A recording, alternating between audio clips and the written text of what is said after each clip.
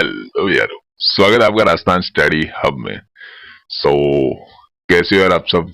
आशा करता हूँ आप सब बढ़िया होंगे। आज अपन बात करने वाले हैं पंजाब वेटनरी इंस्पेक्टर के सिलेबस के ऊपर। क्या सिलेबस चेंज हुआ है, क्या कुछ हुआ है, क्या नहीं, क्या नया जोड़ा गया है, इन सब पे आज बात करेंगे। क्योंकि काफी क्वेश्चन आ रहे हैं मेरे पास कि सर सिलेबस चेंज हो गया है। कमेंट्स भी काफी आए हैं पीछे की वीडियो पे कि सिलेबस चेंज हो गया है और सिलेबस नया आया है। तो उन सब के बारे में आज चर्चा करेंगे, ठीक है? तो बने रहिए वीडियो के ऊपर। तो चलिए बिना देरी की वीडियो को स्टार्ट करते हैं।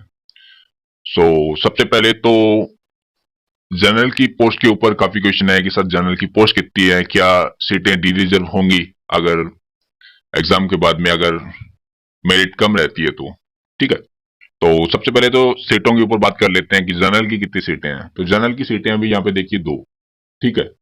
पहले ये सीटें थी जब 60 पोस्ट निकाली थी दिसंबर के अंदर, तो ये सीटें थी 22, लेकिन अभी घटा के सीटें जनरल की कितनी कर दी गई है, दो कर दी गई। ये देखिए यहाँ पे अभी जो जनरल की सीटें हैं वो कितनी है, दो है। उसके अंदर भी एक रिजर्व्ड है।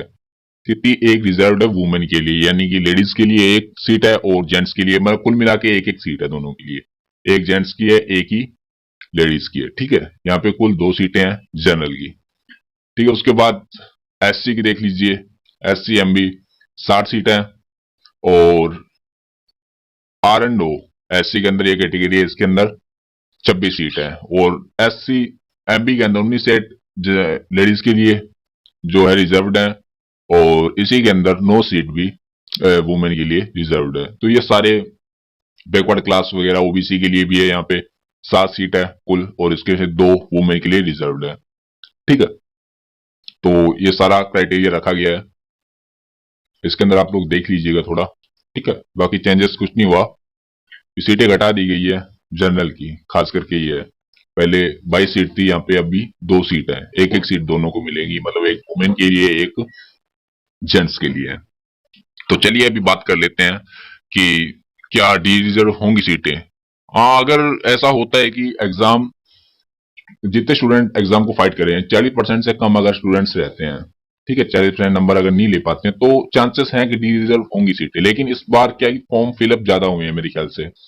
और एक कमेंट आया था कि 700 से 800 फॉर्म्स फिलअप हुए हैं। तो यार ऑफिशियल कोई नोटिफिकेशन नहीं है, कोई न्यूज नहीं है, ठीक है? मैंने जो आंकड़ा बताया था मैंने अपनी तरफ से, ठीक है, जो भी कमिटमेंट की थी वो मेरी तरफ से थी। सीधी बात है, मेरे पास भी कोई ऑफिशियल डाटा नहीं है। मेरा मानना ये है कि 1500 के आसपास फॉर्म फिलअप हुए होंगे, ठीक है?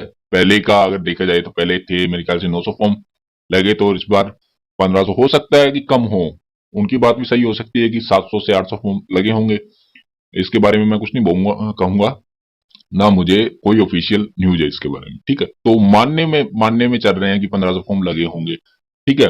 और तो मेरे ख्याल से भी कंपटीशन हाई रहेगा, तो इस बार डी रिजर्व होने के सीटें जो डी रिजर्व होंगी उनके चांसेस बहुत कम है, ठीक है? लेकिन बाद में वो रिजल्ट पे डिपेंड करता है।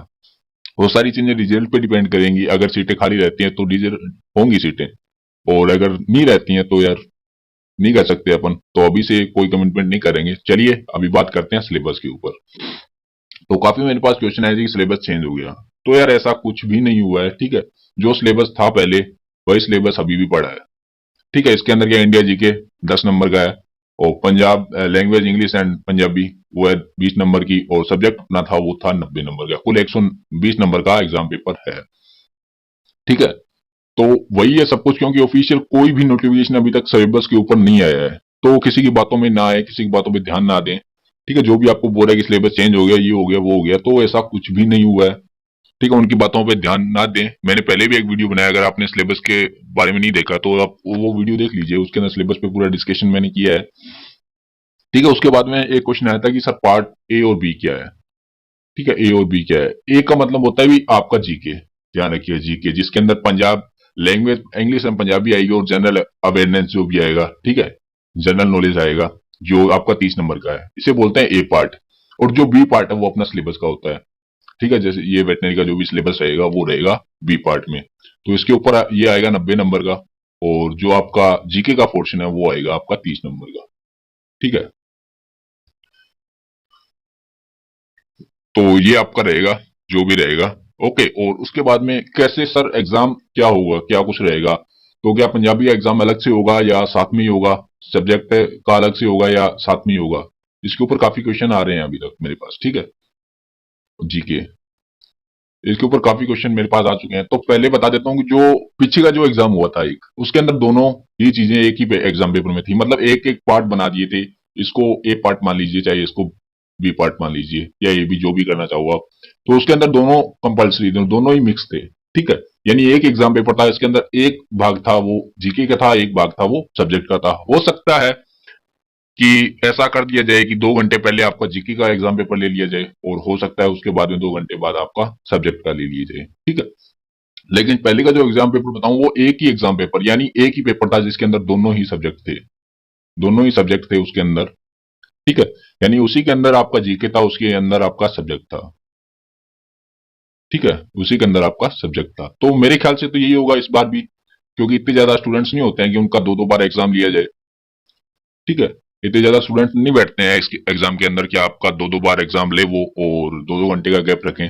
तो मेरे ख्याल से ये होगा कि एक ही एग्जाम पे, मतलब अलग अलग जो स्ट्रीम्स हैं, जैसे आपका एग्जाम होने वाला है वो अलग अलग स्ट्रीम्स के साथ में हो सकता है, जैसे लेब असिस्टेंट या फिर कोई भी क्लर्क वगैरह। तो इसके अंदर क्या रहता है कि सब्जेक्ट का पोर्शन अलग अलग रहता है सबका, सब्जेक्ट का पोर्शन अलग अलग जैसे भी स्ट्रीम्स है उसके हिसाब से बदल जाता है, लेकिन जीके है वो सेम रहता है, जीके सबके अंदर सेम रहता है, ठीक है। तो दोनों को कंपाउंड कर दिया जाता है, तो आपका जीके दोनों का ही कलर का और का आपका वेटनरी इंस्पेक्टर का सेम रह गया, और लेकिन सब्जेक्ट उसके अंदर चेंज हो जाता है, ठीक है। तो आपको एक ही शीट मिलेगी, एग्जाम पेपर एक ही मिलेगा, तो आप उसकी टेंशन ना लें। और जो ये बोल रहे हैं कि सर सिलेबस में चेंज होता है, ऐसा कुछ भी नहीं हुआ है, लोगों की बातों में ना आए, ठीक है। जो भी आपको डिमोटिवेट कर रहा है उनकी बातों में ना आए, आप अपनी स्टडी पर फोकस करें, ठीक है।